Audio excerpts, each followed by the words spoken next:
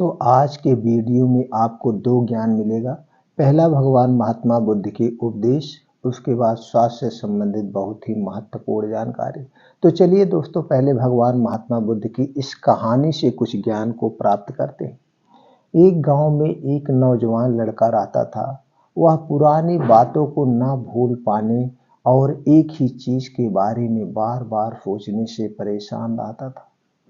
अगर उसे कोई चीज कोई कह देता था या फिर उसके साथ कुछ गलत हो जाता था तो वह उसी घटना के बारे में पूरा दिन सोचता रहता था और वही बात उसके दिमाग में पूरा दिन घूमती रहती थी। फिर वह या तो अपने साथ हुई किसी भी बुरी घटना के लिए अपनी किस्मत और भगवान को हमेशा कोसता रहता या फिर उस इंसान से बदला लेने के लिए अपने मन में कोई ना कोई ख्याल, कोई ना कोई उपाय बनाता रहता था। जिसने उसे कुछ कह दिया था या जो कुछ उसके साथ कुछ गलत किया था, अपने इस ज्यादा सोचने की आदत की वजह से ना तो लोगों के साथ उसके अच्छे रिश्ते थे और ना ही वह अपने किसी काम को अच्छे से कर पाता था। वह हर समय तनाव व मानसिक अशांति की स्थिति में रहता था। उसकी ऐसी हालात को देखकर उसके एक मित्र ने उसे सलाह दी कि यहाँ के पास के ही एक गांव में एक बौद्ध मठ में एक भिक्षु रहते हैं। तुम उनके पास जाओ, वह तुम्हारे इस मानसिक समस्या का कोई ना कोई समाधान अवश्य बता देंगे। वह नौजवान लड़का उस भिक्षु के पास जाता है और जाकर अपनी सारी समस्या उन्हें बताता है कि कैसे वह एक ही घटना के बारे में बार बार सोचता रहता है और पुरानी बातों व यादों को भूल नहीं पाता है। लड़के की पूरी समस्या सुनने के बाद वह भिक्षु लड़के को बिना कोई उत्तर दिए वहां से उठकर मठ के अंदर चले जाते हैं। अब भिक्षु का यूं चले जाना लड़के को कुछ अजीब सा लगता है, लेकिन वह फिर भी वहीं पर बैठा रहता है।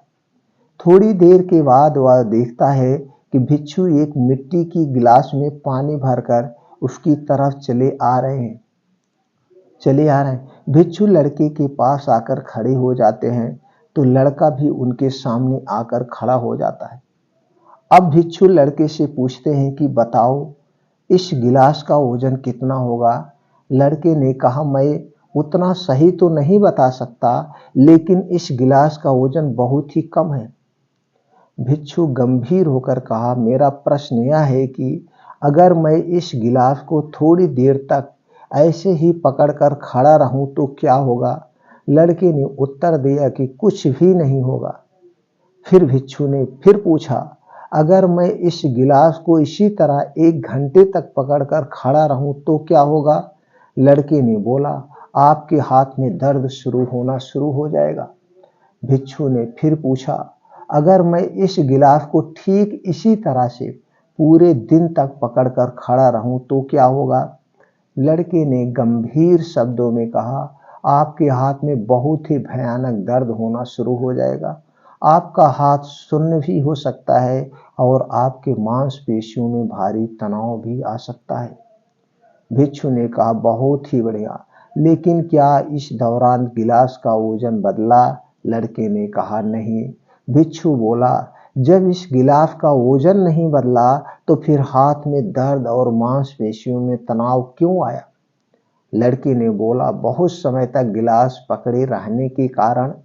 भिक्षु ने पूछा, अब इससे छुटकारा पाने के लिए मैं क्या करूं। लड़के ने बोला, गिलास को नीचे रख दीजिए, आपको आराम मिल जाएगा। भिक्षु ने कहा, बिल्कुल सही जवाब दिया आपने। जीवन की परेशानियां भी कुछ इसी तरह से होती है।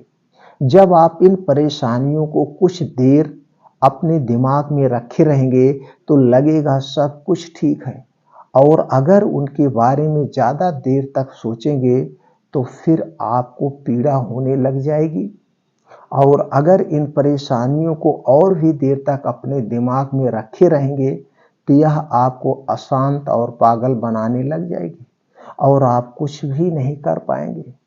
भिक्षु ने लड़के की ओर इशारा करते हुए कहा, अपने जीवन की पिछली गलतियों और घटनाओं के बारे में सोचना जरूरी है, लेकिन उससे भी ज़्यादा जरूरी है उनसे सीख कर आगे बढ़ना। अगर आप एक ही बात को पकड़ कर बैठे रहते हो तो ठीक उसी गिलास की तरह ये परेशानियां भी अपने जीवन में दर्द पैदा कर देगी। अगर आप अपने अतीत को लेकर बैठे रहते हो तो ये आज भी हमारे हाथ से निकल जाएगा और फिर तुम भविष्य में इसके लिए पश्चाताप करोगे।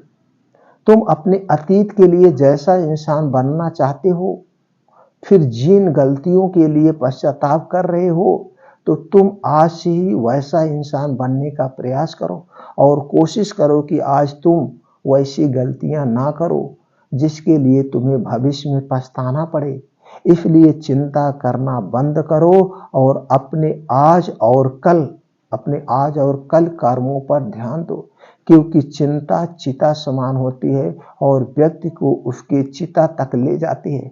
इसलिए हमें चिंता नहीं, चिंतन करना है और आज में जीना है, भूत भविष्य की चिंता नहीं करना है। एक छोटा सा बच्चा है, वो किस में जीता है? वो आज में जीता है। अगर उसकी माँ उसे दूध पिला देती है और उसका पेट जब भर जाता है तो वह रोता नहीं है, वह खेलता है और उसे यह नहीं पता है मेरी मम्मी मेरे पापा किसके साथ झगड़ा कर रहे हैं, मेरे मम्मी पापा का किसके साथ झगड़ा चल रहा है, पड़ोसी से झगड़ा हो रहा है, क्या हो रहा है, बगल में आग लगी है, क्या लगी, उसे कुछ नहीं पता है, क्योंकि वह वर्तमान में जीता है, वह हंसता खेलता है।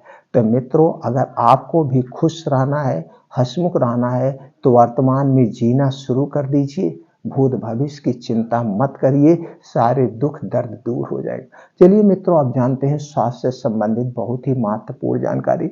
जैसे मित्रों, आप थंबनेल पे देखा होगा सतावर चूर्ण और दूध के फायदे। जी हाँ दोस्तों, दूध तो जानते हैं आपके लाइफ के लिए, आपकी जिंदगी के लिए, आपको स्वस्थ रखने के लिए सर्वगुण संपन्न है। और दोस्तों उसी तरह से सतावर चूर्ण भी सर्वगुण संपन्न है। आयुर्वेद की ऐसी जड़ी बूटी है, यह ऐसी औषधि है जो हमारे शरीर को कई तरह से सुरक्षा कर सकती है, कई तरह से हमारे शरीर को रक्षा कर सकती है। एक तो अगर हमारे शरीर में कोई बीमारी है, उस बीमारी को ठीक करने में भी उपयोगी है, और अगर हमारे शरीर में कोई बीमारी नहीं है तो बीमारी से बचाने के लिए भी उपयोगी है, दोनों तरीके से। बस शर्ते इसे हमें ये पता होना चाहिए कब और कितनी मात्रा में लेना है। तो आज हम उसी पे प्रकाश डालेंगे, इसके क्या क्या फायदे हैं और किन किन बीमारियों को ये दूर कर सकती है, दोनों का कॉम्बिनेशन, उसके साथ हमें कब और कितनी मात्रा में लेना है जो सबसे ज्यादा महत्वपूर्ण है। तो चलिए पहले हम ये जान लेते हैं दोस्तों, सतावर चूर्ण में क्या क्या पाया जाता है, दूध में क्या क्या पाया जाता है। सतावर चूर्ण में पाए जाने वाला तत्व जो दोस्तों एंटीऑक्सीडेंट, यह लीवर टॉनिक का भी काम करता है, anti inflammatory, antibacterial, anti stress, protein, calcium, vitamin C, iron, anti tumour का भी काम करता है, एंटीबायोटिक व अन्य छोटे मोटे और प्रोटीन्स विटामिन इसके अंदर पाए जाते हैं। अब दूसरा जो है दोस्तों दूध। दूध तो सब लोग जानते हैं सर्वगुण संपन्न है, फिर भी जान लेते हैं इसमें कौन कौन से प्रोटीन्स विटामिन पाए जाते हैं। इसमें सबसे ज्यादा पाया जाता है दोस्तों protein, calcium, riboflavin, vitamin A, vitamin B2, vitamin D, vitamin E, vitamin K, vitamin B12 पाया जाता है, vitamin B complex, phosphorus, magnesium, iodine, ऊर्जा, एंटीऑक्सीडेंट जैसे छोटे मोटे और प्रोटीन्स विटामिन पाए जाते हैं। अब चलिए इन दोनों को फायदे के बारे में हम जान लेते हैं, इन दोनों के फायदे क्या क्या हैं। दोस्तों कोलेस्ट्रॉल को कम करने में सहायक है, कोलेस्ट्रॉल से बचाता भी है। अगर आपके शरीर में कोलेस्ट्रॉल लेवल बढ़ा हुआ है तो उसे भी कम करने की क्षमता रखता है। अनिद्रा को दूर करने में सहायक है, अनिद्रा जैसी बीमारी से बचाता भी है, तनाव को भी कम करता है। और दोस्तों क्या है, हमारी एवं क्षमता में वृद्धि करता है।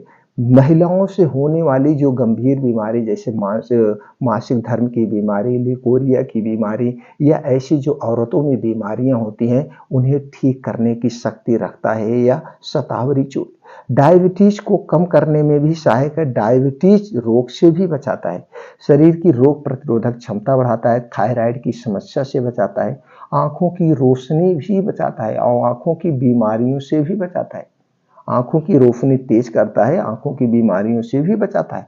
अर्थराइटिस की समस्या से बचाता है, अर्थराइटिस होने से भी बचाता है, याददाश्त को बचाता है, मांसपेशियों को मजबूत बनाता है, संक्रमण रोग से बचाता है, हृदय रोग से बचाता है, वजन को कम करने, वजन को बढ़ाने दोनों में इसका प्रयोग होता है। वजन को घटाने और बढ़ाने दोनों में, चिंता और अवसाद को दूर करने में सहायक, मस्तिष्क को स्वस्थ रखता है, दिमाग को तेज बनाता है, स्किन इन्फेक्शन से बचाता है, त्वचा की चमक बनाए रखता है, घाव भरने में भी सहायक है, कार्टिसोल के स्तर को कम करने में सहायक है, बालों का काला घना व मुलायम बनाए रखता है, बालों को झड़ने से पकने से भी बचाता है, डैंड्रफ कम करने में भी सहायक है, जोड़ों को दर्द से राहत दिलाता है, शरीर को शक्तिशाली बनाता है और शरीर की रोग प्रतिरोधक क्षमता को भी बढ़ाता है। ऐसे छोटे मोटे बहुत सारी बीमारियों से यह हमें बचाता है और उनसे सुरक्षा करता है। तो दोस्तों शतावरी की बहुत चूड़ है। अब हम ये जान लेते हैं शतावरी को कैसे लेना है और कितने दिन तक लेना है, तब हमें इसे पूर्ण रूप से फायदा मिलेगा। दोस्तों कोई भी अच्छी चीज हुई उसे हमें लिमिट से ज्यादा नहीं लेना चाहिए, उसे मात्रा में ही लेना चाहिए। कितनी भी अच्छी चीज है अगर हम मात्रा से ज्यादा लेंगे तो हमारे शरीर में नुकसान पैदा कर सकती है। तो शतावरी चूर्ण दोस्तों आप किसी भी कंपनी का ले लीजिए या शतावरी आप खरीद लाइए पंसारी के यहाँ से, जड़ी बूटी की दुकान से, उसे सुखा लीजिए। आप मिक्सर या ग्राइंडर में खुद बना सकते हैं उसका चूर्ण, नहीं तो दोस्तों शतावरी का पेड़ आपके आसपास पाया जाता है, सारे बुजुर्ग लोग जानते हैं, पहचान करके उससे सुखा करके आप उसका चूर्ण बना सकते हैं। चूर्ण कितना लेना है, कब लेना है? दोस्तों 1 गिलास दूध लेना है। दूध आपके घर का होना चाहिए। पैकेट का दूध खाने से कोई मतलब नहीं है, पैकेट का दूध आपको नहीं लेना है। दूध अगर गाय का मिल गया तो अमृत के समान है। गाय के दूध में वो भी देसी गाय का, साहिवाल जर्सी गाय का नहीं चाहिए। और दोस्तों पैकेट का दूध तो बिल्कुल नहीं चाहिए। दूध 1 गिलास हो गया। शतावरी का चूर्ण कितना चाहिए? 1 चम्मच। 1 चम्मच लेना है सिर्फ एक बार रात को सोते समय। अब गर्म दूध के साथ 1 चम्मच शतावरी चूर्ण उसी में मिला करके इसी दूध को आपको पीना है रात को सोते समय, खाना खाने के 1 घंटे के बाद। अब ये दूध पीने के 1 घंटे के बाद ही आपको सोने जाना है। दूध पीने के बाद आप 1 घूंट पानी वगैरह कुछ नहीं पीने हैं, यानी पानी वानी आपको नहीं पीना, इस बात को ध्यान रखना है। कितने दिन तक लेना है? आपको लगातार 3 महीने आप ले सकते हैं। 3 महीने के बाद आपको छोड़ देना होगा। 1 महीना, 15 दिन, 20 दिन के लिए छोड़ करके फिर आप 3 महीने के लिए ले सकते हैं। यानी कि लगातार आप 3 महीने इसका प्रयोग कर सकते हैं। आपके शरीर में वो सारे फायदे मिलेंगे जो फायदे हमने बता दिया है। दोस्तों आप चाहें तो 1 महीने भी ले सकते हैं, 15 दिन भी ले सकते हैं, लेकिन आप कंटिन्यू 3 महीने से ज्यादा नहीं लेंगे। 3 महीने के बाद बंद करना पड़ेगा आपको कुछ दिन के लिए। तो दोस्तों ये है शतावरी फायदे चूर्ण के और दूध के साथ लेने के। अब दोस्तों अगर आपको स्वस्थ व निरोग रहना है तो एक चीज को हमेशा गांठ बांध लीजिएगा। आपके शरीर में 3 दोष पाए जाते हैं, ये 3 दोष को कभी बढ़ने मत देना, आपका शरीर कभी बीमार नहीं होगा। जैसा हमने अपने हर एक वीडियो में इसकी जानकारी दी है। दोस्तों हमारे शरीर में 3 दोष कौन से पाए जाते हैं? वात दोष, पित्त दोष, कफ दोष। ये जो आपके शरीर की वात पित्त दोष जब बढ़ते हैं तभी आपका शरीर बीमार होता, अन्यथा बीमार नहीं होता है। अगर आपके शरीर का वात दोष बढ़ गया तो आपके शरीर में 50 से 60% बीमारी होती, आपके शरीर का पित्त दोष बढ़ गया तो 15 से 20% बीमारी होती है, और शरीर में जब कफ दोष बढ़ जाता है तो दोस्तों 5 से 10% बीमारियां होती है। यानी 100% बीमारी ये 3 दोष को बढ़ने से होती है। ये 3 दोष ना बढ़े इससे संबंधित यूट्यूब इस पे चैनल पर बहुत वीडियो पड़ी है, वहां से आप देख करके अपने ज्ञान को बढ़ा सकते हैं। और दोस्तों कुछ नियमों का पालन करना होगा। डेली अपने रूटीन में 2 घंटे का आप समय निकालिए, सुबह 5 बजे से 7 बजे, जिसमें योगा, प्राणायाम, मेडिटेशन आप जरूर करिए। और दोस्तों कुछ नियम का आपको पालन करना होगा। प्रकृति के नियम, खाना खाने के नियम, पानी पीने के नियम, ये 3 नियमों का आप जरूर पालन करिए और चिंता मुक्त जीवन बिताइए। कभी आपको कोई बीमारी नहीं होगी, 100% ही हमारी गारंटी। दोस्तों फिर मिलते हैं ऐसे ही और ज्ञान महत्वपूर्ण जानकारी के साथ अगले वीडियो में।